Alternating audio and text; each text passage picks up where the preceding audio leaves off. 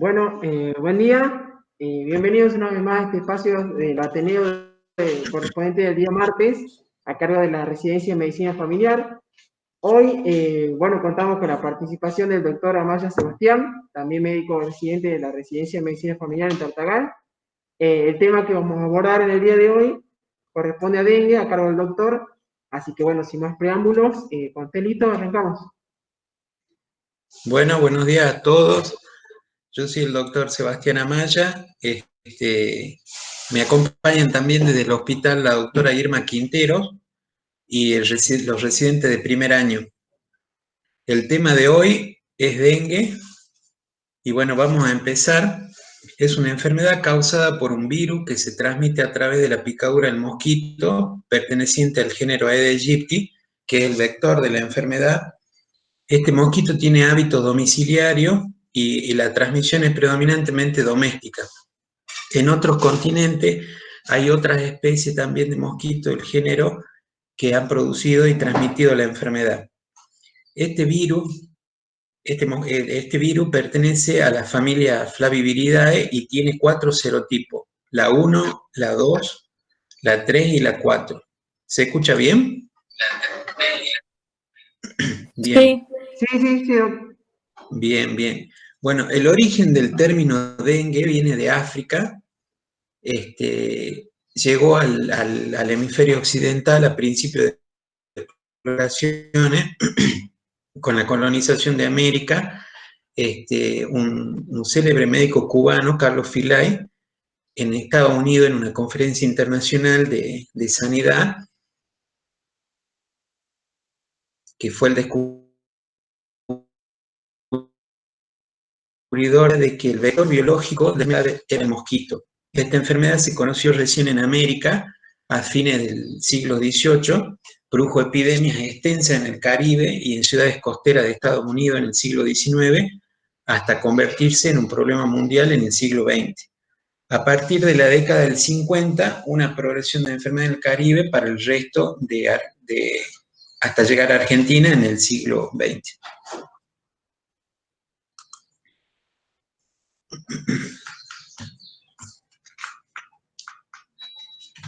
Bueno, la historia del dengue acompaña al hombre, se dice, aproximadamente desde China, desde 420 años después de Cristo.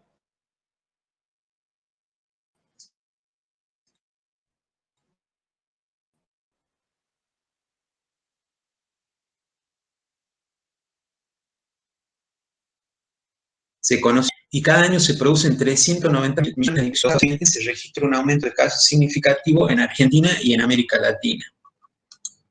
Bueno, acá tenemos un mapa planiferio donde podemos ver la distribución del vector del dengue Aedes aegypti. Como verán, principalmente afecta y se encuentra en las zonas tropicales y subtropicales a nivel mundial. Acá tenemos un mapa de la Argentina donde tenemos, como ven, desde el punto más pequeño al más grande, la cantidad de casos confirmados y de casos probables. Está medio borroso, pero igual se ve la magnitud y la cantidad, por ejemplo, en Buenos Aires, en Córdoba, en La Rioja, en Tucumán, en Salta, Jujuy, en Chaco, en Santa Fe, en Misiones. Y acá tenemos en otro mapa los serotipos circulantes en la Argentina. Esta vigilancia epidemiológica que se hace por medio de semanas. Por ejemplo, estas verificaciones de la semana 31 del 2019 a la semana 15 del 2020, donde se puede ver que predomina en un 80% en la Argentina, principalmente el serotipo del dengue 1, en un 17-18% el serotipo del dengue 2 y en un 2% el serotipo del dengue 4, que el dengue 1 está principalmente en el noroeste, en el noreste, en el centro y en el centro del país. El serotipo 4 se encuentra en la parte de Misiones, también se encuentra actualmente en Santa Fe y en Buenos Aires, y también parte de Corrientes. Eso es como para tener una ubicación de dónde se presentan estos serotipos. Bueno, la arbovirosis son infecciones causadas por virus transmitidos por el artrópodo, en este caso el mosquito, constituyen un grupo de enfermedades emergentes y reemergentes que requieren de un manejo integrado. Este grupo de enfermedades, entre las que se encuentran el dengue, la fiebre chikungunya y el Zika, comparten el mecanismo de transmisión y las acciones de control. Además, tienen características clínicas similares y una red de diagnóstico por laboratorio en Argentina que permite su vigilancia integrada. Acá podemos ver el ciclo de vida del mosquito, donde el huevo tarda entre 7 y 10 días en convertirse en un insecto adulto. La hembra deposita los huevos en el agua. Estos huevos producen un proceso de incubación que dura unos cuantos días, se transforma en larva. Las larvas viven en el agua como depredadoras y se convierten en crisálidas en tan solo 5 días. Estas crisálidas tardan entre 2 a 3 días en convertirse en adultos, ya con capacidad para volar y picarnos en el caso de la hembra.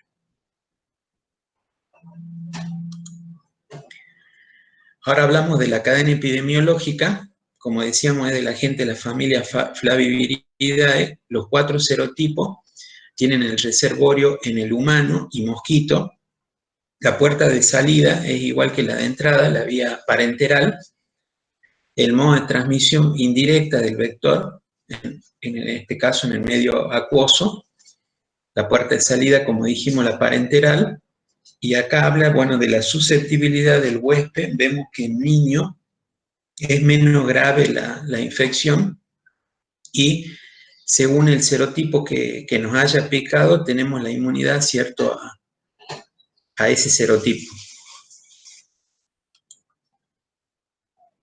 Bueno, acá vemos en criterios diagnósticos, hay un cuadro a mano derecha donde vemos el curso de la enfermedad, donde tiene 3 fases: la fase crítica, la fase febril, la fase crítica y la fase de recuperación. La enfermedad tiene un inicio brusco, dura aproximadamente de 2 a 7 días y presenta cefalea, dolor retroocular, mialgias, artralgias, erupción cutánea, prueba del torniquete positivo, sangrado epictáceo, sangrado de las encías, leucopenia, trombocitopenia. Y en este cuadro, que después voy a seguir explicando, podemos ver que en el transcurso de los días, del primer al casi cuarto día, hay un incremento de la temperatura, presenta manifestaciones clínicas potenciales como deshidratación, presenta un laboratorio empiezan a disminuir las plaquetas y el hematocrito se mantiene estable y cuando pasa a la siguiente fase empezaría a incrementarse. En cuanto a la serología y virología, vemos que la viremia está aumentada en la fase febril y en la fase crítica empiezan a aumentar las inmunoglobulinas M. Acá también un cuadro orientativo, digamos, en cuanto a los síntomas, principales síntomas, para diferenciar del dengue clásico en cuanto a la clínica del dengue hemorrágico, donde podemos ver que en el dengue hemorrágico hay mucha dificultad respiratoria, mucho dolor de cabeza, vómitos intensos, sangrado de encía, se puede presentar también melena, y bueno, epictasis, pero más agudizado que en el dengue clásico. También mucho dolor de articulaciones, todo. Como les decía hace rato, en la fase febril, generalmente los pacientes desarrollan fiebre alta y repentina, que dura de 2 a 7 días y suele ir acompañada de un enrojecimiento facial, eritema de la piel, dolor de cuerpo generalizado, mialgia, artralgia, cefalea y dolor retroocular. Fase crítica, La desaparición de la fiebre, por lo general, se produce de 3 a 7 días, entre el tercero y séptimo día de la enfermedad, cuando la temperatura empieza a descender a 38, 37,5. Que acá es cuando ocurre el aumento, puede ocurrir el aumento de la permeabilidad capilar manifestado por el aumento de niveles de hematocrito. En esta fase crítica teníamos, que vamos a seguir explicando luego, el dengue sin signos de alarma y con signos de alarma. En la tercera fase de recuperación, el paciente sobrevive a la fase crítica, la cual no excede las 48 a 72 horas, pasa a la fase de recuperación, que es cuando tiene un lugar en la resorción gradual del líquido extravasado, el cual regresa al compartimento extravascular, del extravascular al intravascular, y eso ocurre cuando empieza de nuevo, cuando empiezan a aumentar las plaquetas y a disminuir el hematocrito. Acá tenemos en otro cuadro, digamos, orientativo para el diagnóstico y el manejo de caso clínico.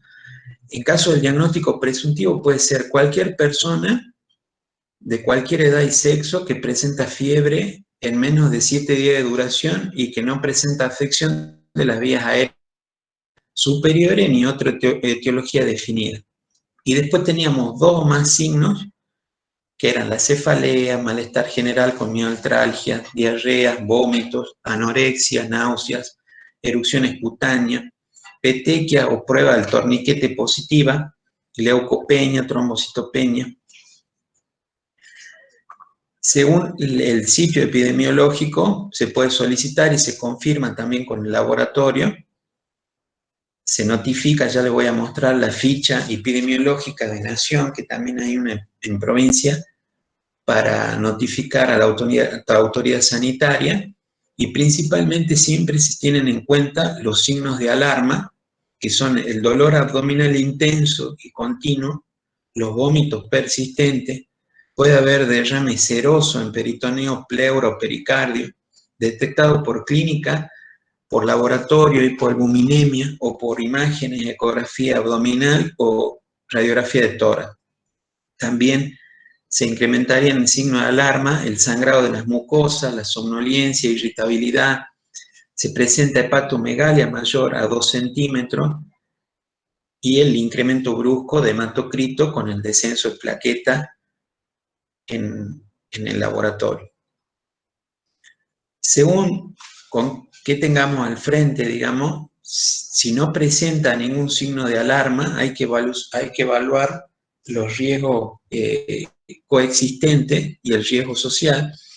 El riesgo social es el que presenta un paciente de bajos recursos o que vive muy alejado de un centro de salud o es mayor de edad y vive solo, no tiene familiares o alguien quien lo vea en caso de la internación, y los riesgos preexistentes se dan en caso de niños, adultos, pacientes con diabetes tipo 2, obesidad, cardiopatías.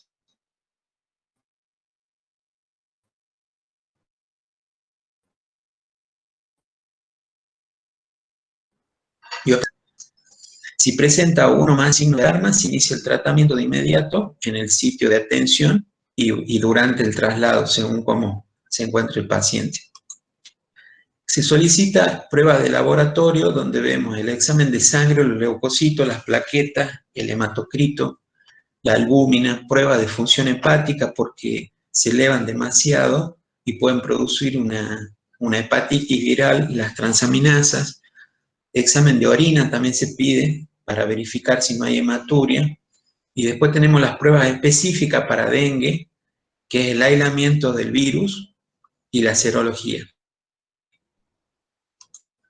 Acá les muestro un cuadrito de pruebas de laboratorio en cuanto a la serología. Y acá nos muestra en orden, por ejemplo, decreciente, tanto los métodos directos como indirectos, la accesibilidad. es más accesible el método indirecto de IgG, IgM, y va disminuyendo a la detección del DNS1, que es la proteína que contiene el virus del dengue, detección del genoma y aislamiento viral. Y en forma contraria, en cuanto a la confianza, desde el aislamiento viral hacia la serología IgG.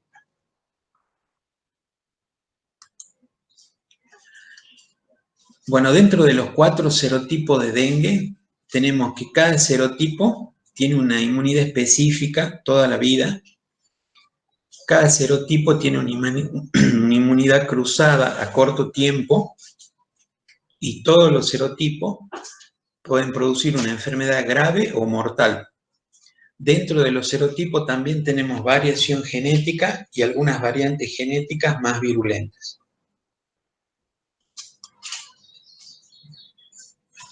Acá, en cuanto al tratamiento, se lo clasificaba en grupo A, grupo B y grupo C, según el criterio diagnóstico en el que se encuentra el paciente, como decíamos también en cuanto a las comorbilidades y al riesgo social. Y tenemos el tratamiento de un paciente sin signos de alarma ni comorbilidades, puede ser un tratamiento ambulatorio.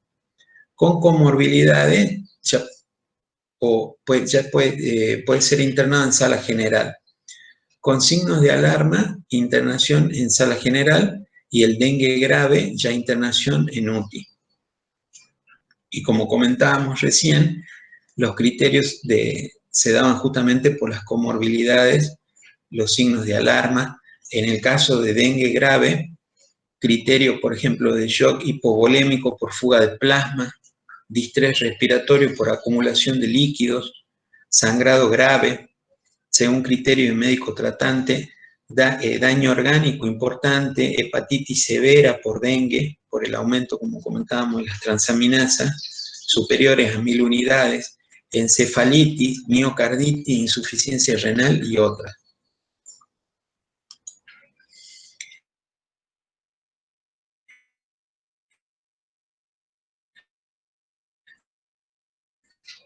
En el año 2019, en el verano del 2019, justo estuvimos con la doctora Quintero, mi instructora, en el brote de ese año, y el tratamiento que hicimos, que hacía el hospital, digamos, al paciente ambulatorio, era principalmente, bueno, el reposo, porque en realidad el paciente tampoco mucho puede andar por las mialgias y las artralgias.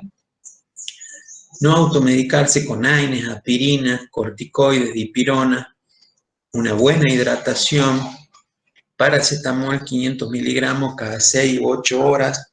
Se le informaba sobre los signos de alarma, porque muchos de los pacientes nos llegaban con una leve epistaxis o sangrado de las encías, y no por eso se pasaba a UTI o se lo internaba porque era leve, y sí le hacíamos un control por consultorio externo en 48 días, o a veces al otro día lo citábamos. Dieta hepatoprotectora y repelente cada 3 horas.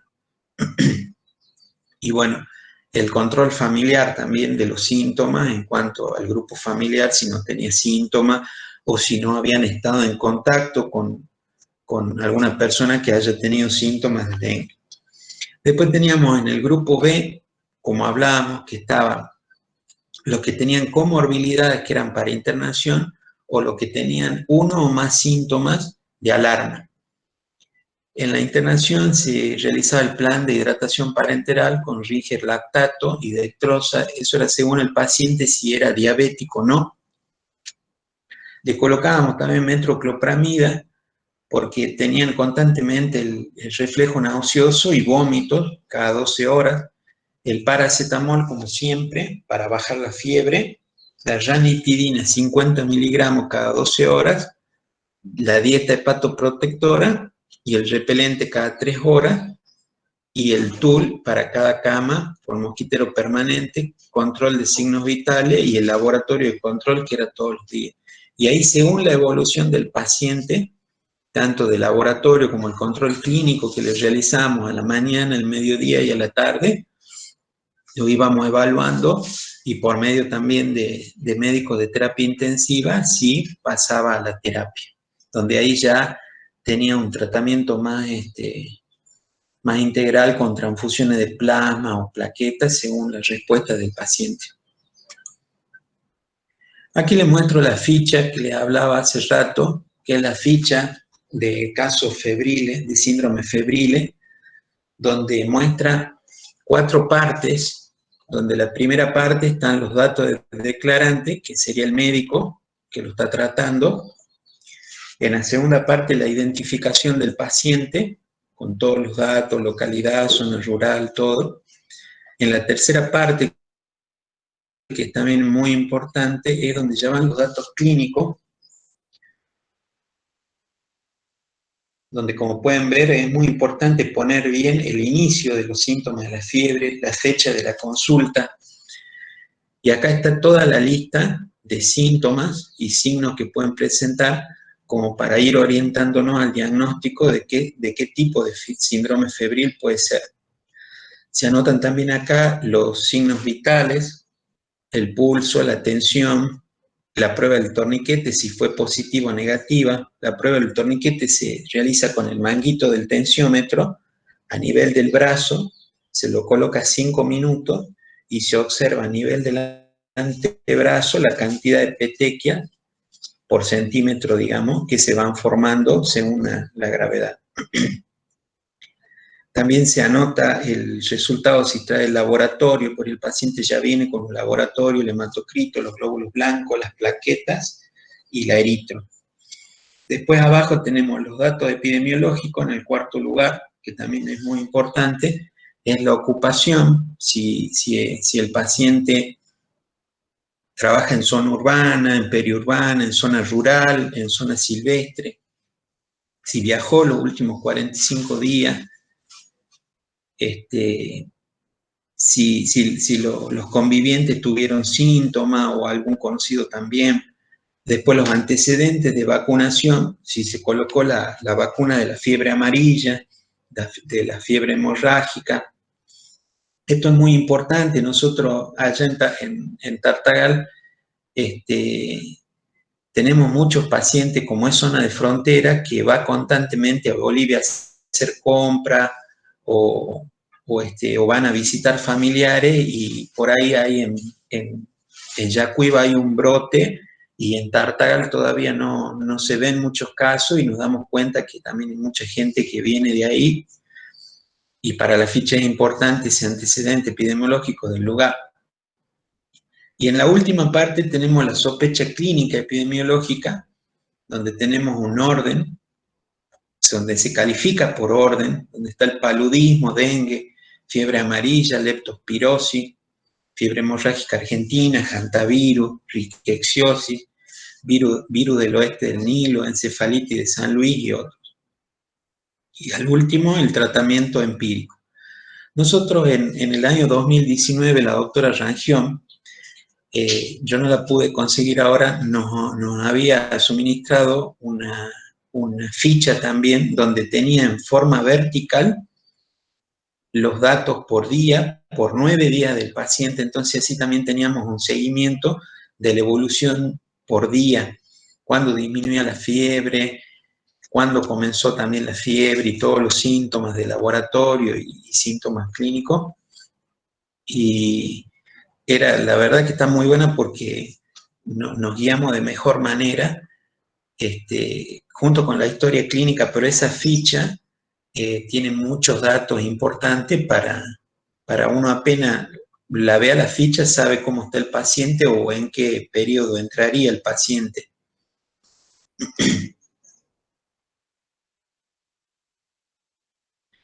Bueno, acá hay una tabla que era para mostrarles, nomás una tabla donde se cuenta de la semana 31 del 2019 a la semana 7 del 2020, son todas las provincias con los casos de dengue con o sin antecedente de viaje, según clasificación, serotipo y caso de sospecha, donde nos va poniendo las provincias, la cantidad de casos probables, los serotipos, Es como para que vean cómo se va sumando la cantidad de casos y principalmente en qué provincia se encuentra cada serotipo. Acá les muestro ahí información que siempre se va actualizando justamente. Esto es del año pasado, porque recién empezamos el año.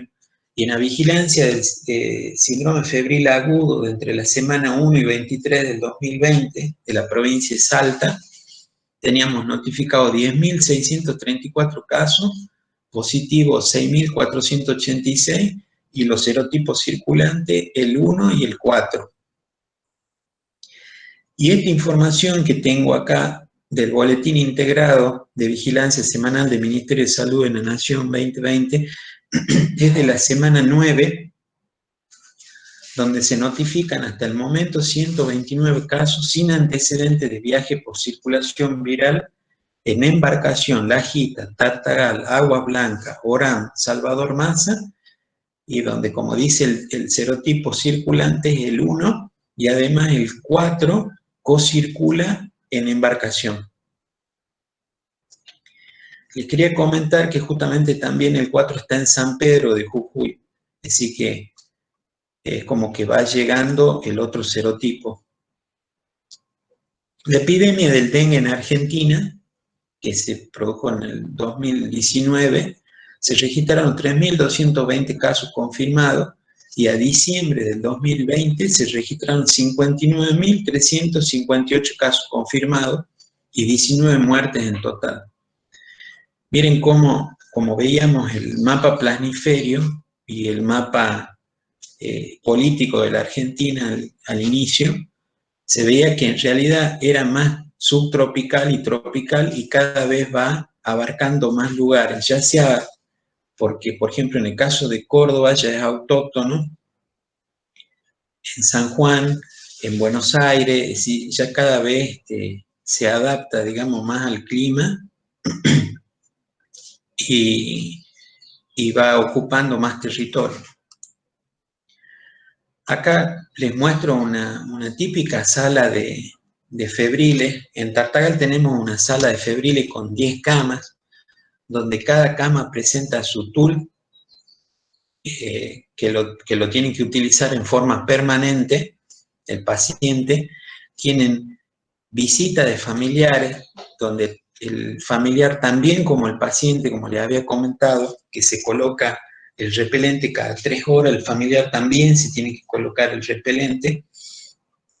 Y bueno, de esta sala, si el paciente evoluciona bien, mejora y no tiene ningún riesgo de alarma, síntoma de alarma extra, de acá se va a su casa y le hacemos el control igual a 48 horas y según también el paciente, si tiene comorbilidades o no, le pedimos otro laboratorio, porque hay pacientes que ingresan y responden muy rápido al tratamiento solamente al de la hidratación y mejoran, y otros que no, sin tener comorbilidades, ¿no?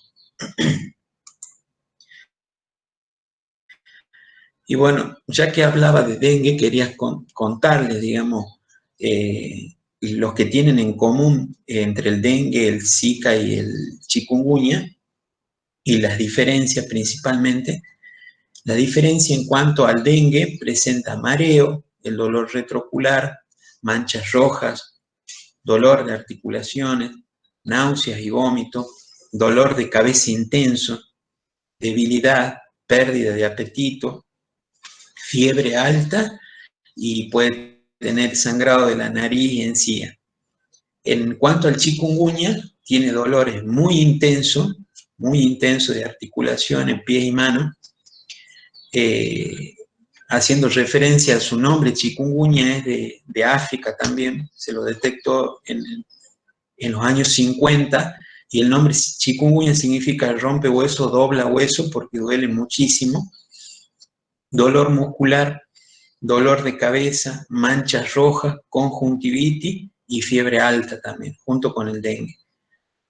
En el caso del virus Zika, tiene ojos rojos, tiene una inyección conjuntival bien marcada, conjuntivitis no purulenta, tiene también dolor de cabeza, tiene dolor muscular, afta, tiene fiebre más baja, mientras el dengue y el chikungunya tienen 40, el Zika tiene 38, dolor de espalda, sensibilidad a la luz, picazón, dolor en las articulaciones, erupciones con punto blanco y rojo en la piel.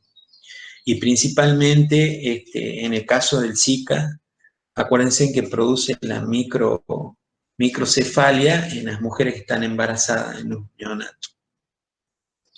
Y para ir terminando, principalmente lo que tienen en común estos tres vectores, los síntomas y signos son el malestar general, las mialgias, artralgia y la cefalea, que puede ser más o menos intensa, pero en común presentan esos tres síntomas. Acá les muestro también otro mapa de Salta, que es del 2015-2016, pero se ve la división en los municipios según el riesgo de dengue, Zika o chikungunya. Se ve la zona de alto riesgo, la de medio riesgo y la de bajo riesgo.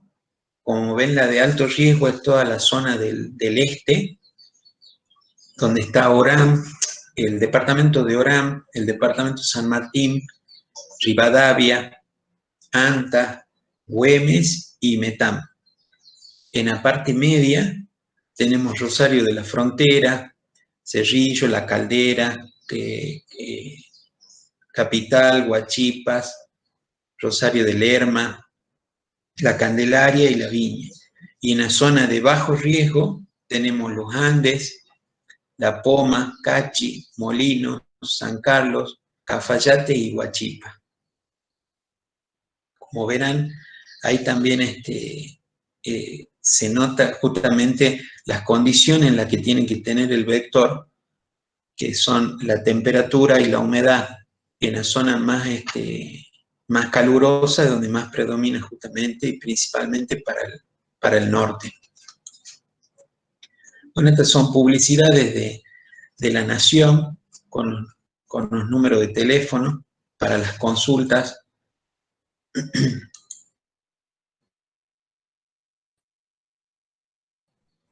Y en cuanto al plan de prevención, en el norte prácticamente siempre hay dengue prácticamente hasta junio, mayo, junio, puede aparecer algún otro caso y ya desde octubre, noviembre ya empiezan con las fumigaciones, se fumiga por toda la ciudad, se inicia con el descacharrado, se va por las casas con una planilla donde se le pregunta a la gente si tiene calefones viejos, cocina o tacho, que no le sirvan cosas para tirarse a nota a la mañana, y a la tarde pasa el camión y va recolectando y sacando todas las gomas, todas las cosas que no sirven. También se cortan los pastos, se desmaleza, porque principalmente el vector prolifera, como dice, en el peridomicilio, en los fondos, todo. Acá como vemos esa foto, en realidad en toda la provincia se inicia con todo esto, pero allá es constante. En el norte de Salta es constante. Otra publicidad del gobierno de Salta, donde hace referencia a la prevención de las 3 arbovirosis. Y acá pueden tener información de la bibliografía. Acá les pongo una noticia de Hora Salta, donde en el año 2016, por ley, se puso en estado de vigilancia epidemiológica a Salta en el año 2016, para tener, digamos, todos los recursos, bien se los necesite.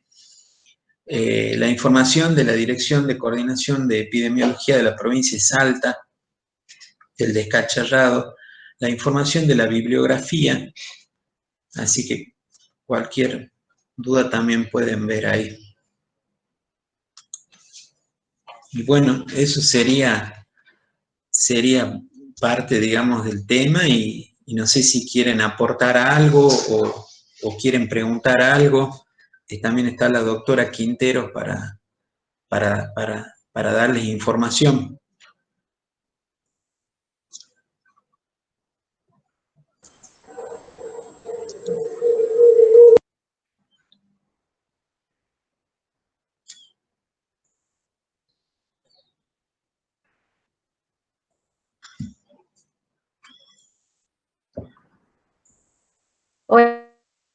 Hola, sí, buenos días.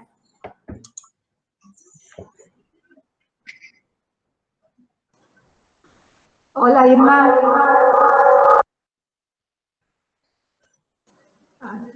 Hola, Irma. Hola. Muchísimas gracias. Muchísimas gracias por este intercambio. Me parece sumamente valioso que podemos trabajar entre las residencias de acá de Capital y las residencias del interior, sumando también cuestiones que tienen que ver con la experiencia de las zonas epidemiológicas, ¿no?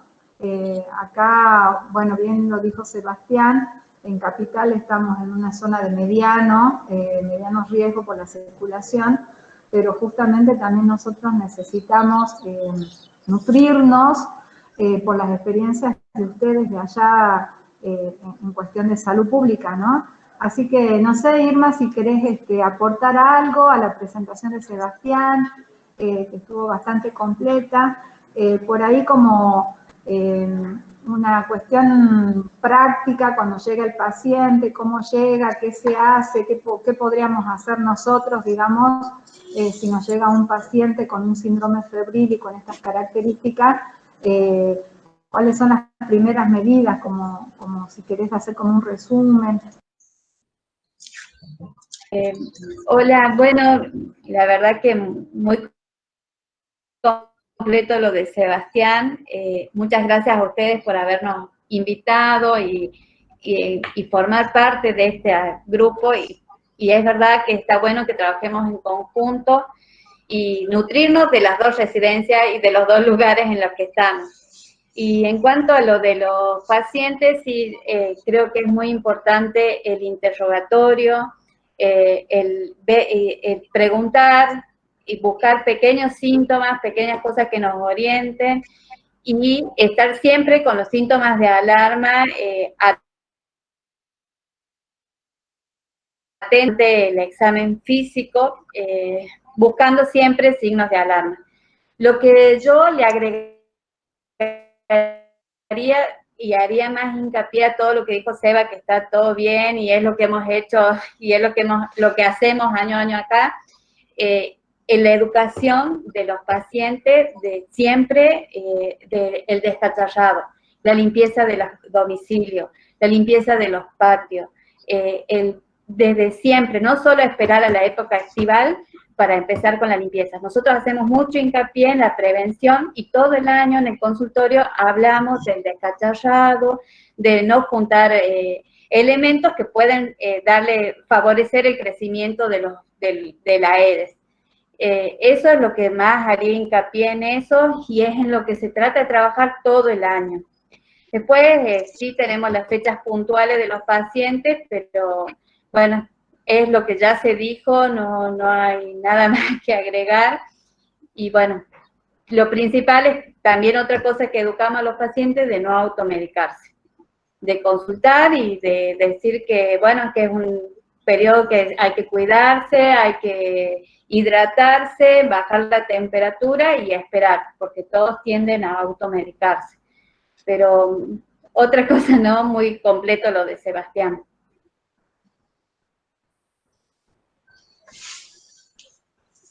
Doc, buen día. Tengo una consulta.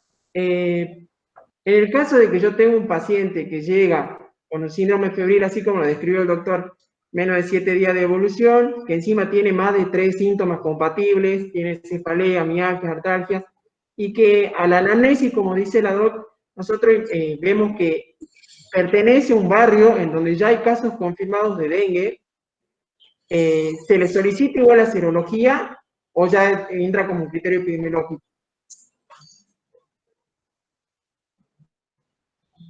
Por lo general, al principio tratamos de confirmar la serología. Una vez que ya tenemos el barrio, ya la situación ya es puntual. En algunos casos hacemos serología, si no ya nos manejamos con el criterio clínico, digamos, y epidemiológico. Bien, Doc, gracias.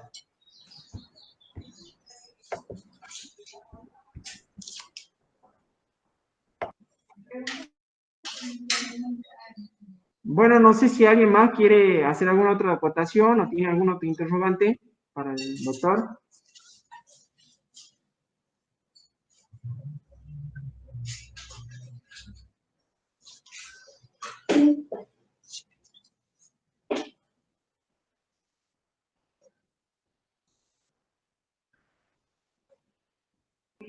Bueno, entonces de nuevo agradecer de vuelta a la residencia de familia de allá de Tartagal, al doctor Amaya, la verdad muy buena la clase, y bueno, invitamos de vuelta para el próximo martes al Ateneo.